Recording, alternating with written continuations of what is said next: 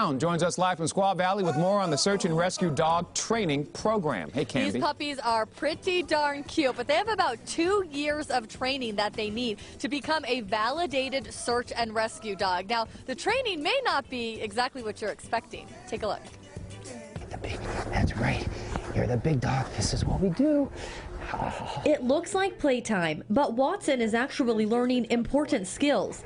High atop the Sierras, a new generation of search and rescue dogs are being trained. We play tug, we play chase, we go through lots of treats to learn our basic commands. At just 12 weeks old, Go, boy! Watson is the newest member of the team, and this tugging will be used if he finds a missing person or piece of clothing. He gets into the hole. His job is to tug and pull what he finds. But first, it's almost 2 years of training. It's not just Watson who needs to practice. It's more about training me. He can do the job. He knows how to do his thing. I have to focus his energy and drive into what I want him to do. It's phenomenal to watch him get it. From the time they go from using their eyes to using their nose and seeing the tail and watching their mannerisms. Get your toy, Troop. Trooper is a little more advanced. Just a very simple version of how we start things. He watches with excitement as someone goes to hide. The dog nose is so much quicker and more powerful than any tools that we have as humans. Trooper will eventually learn to find things like backpacks and people without seeing where they go. He'll hopefully help save lives. They'll typically come and get us in a helicopter. We'll load up, fly to the site, and then we'll have the dog search from there. That's a good dog. At the end of training, both the dog and the trainer will need to become validated through a series of tests. Until then, bonding continues. You know, at the end of the day, it's you and your dog, it's you and your best friend. You know, I constantly refer to him as my partner, and really that's what we are. We're a team.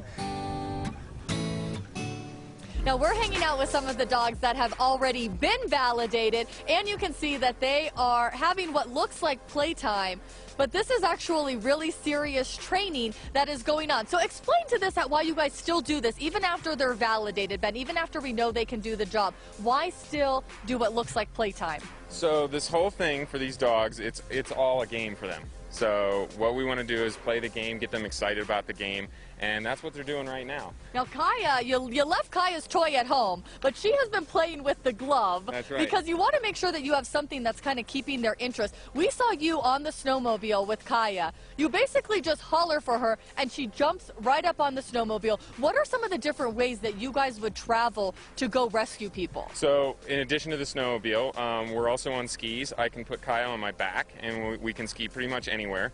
And then we also get picked up by helicopters, which is really cool, and the dogs get used to that really early on, so that's another really cool method to get the dog to wherever the site is. Do you ever train them on getting on a helicopter, or they just do whatever you tell them to do? A lot of the times they do whatever we tell them to do, but we do train for all these different apparatus. The snowmobile is obviously an easy one. The helicopter we do train on a couple times a year, so it's a really good experience. And Kaya's barking right now, and this is actually what happened when Trooper was training too. They had her attached to the snowmobile. They want to do this, you guys. They are so motivated and so excited about getting out there, rescuing people, that it is literally killing her right now to not be able to have the chance to go play with Ike and Shaka over there. Now, if you are inspired by this, and I mean, this is amazing what they are able to do. You can go to squawdogs.com. We have that link to our website as well. They do a lot of fundraising efforts because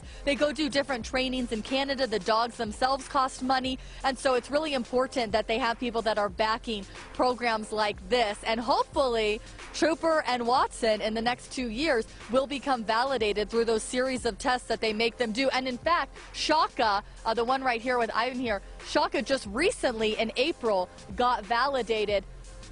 Took him 37 minutes. That's pretty darn good. Yeah. What a great program and some outstanding dogs. Thank you so much for that. Cambi Brown there, Squaw Valley with the Squaw Dogs and how they get to be